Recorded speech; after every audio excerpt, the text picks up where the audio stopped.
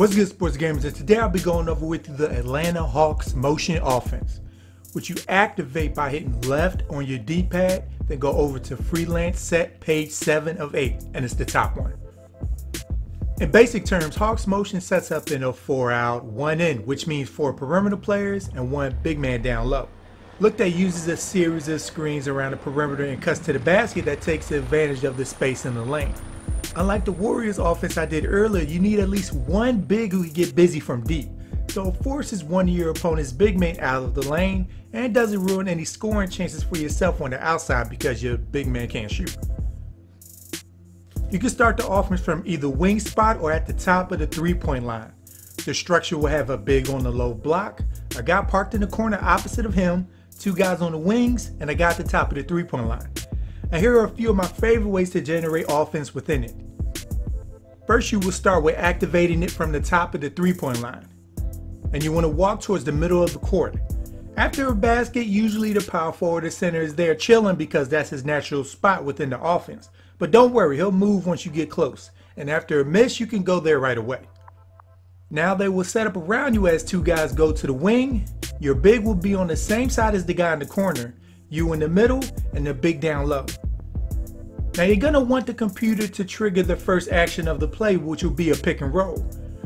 Where you can check out our 2 pick and roll tutorials on the channel to learn the ins and outs of that if you haven't. And the pick and roll will go towards the guy in the corner side where you can shoot, drive, or kick to the guy in the corner. Or the screener, as it's a built-in pick and fade. So like I said, having a big man that can shoot is huge running this. Now don't worry, if the defender fights through the screen and blocks your drive and nobody else is open, the offense will act like you just brung the ball up from the wing and adjust to your positioning.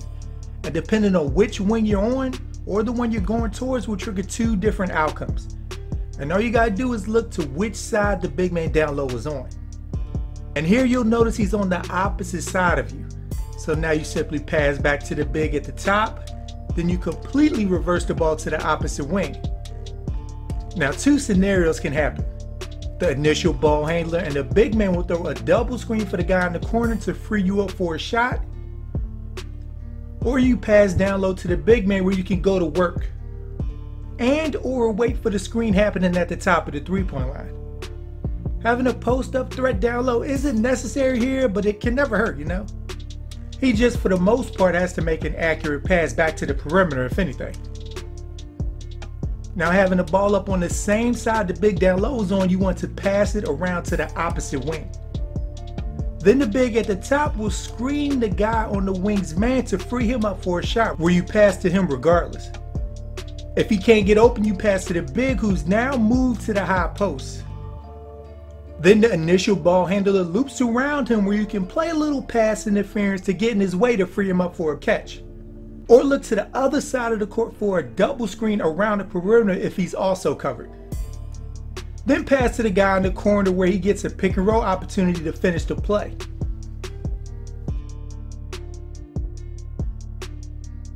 A twist I like to add are to throw in manual pick and rolls and fades with the big at the top instead of passing him the ball to start the offense.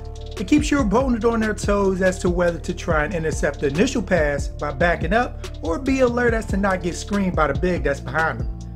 Doing this with the big already at the top will put a lot of pressure on your center to be able to shoot though. So if your center is like Rudy Gobert or somebody like that, it'll mess up your spacing.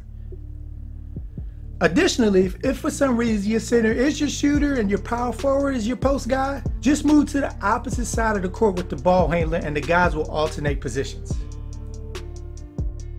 Sorry sports gamers, hope you found this video helpful and let me know in the comments what other offenses would you like to see me go over. And like I touched on shortly, I tried something new and just went over the few actions I thought were best within the offense instead of the 1,000 different combos some of them seem to have.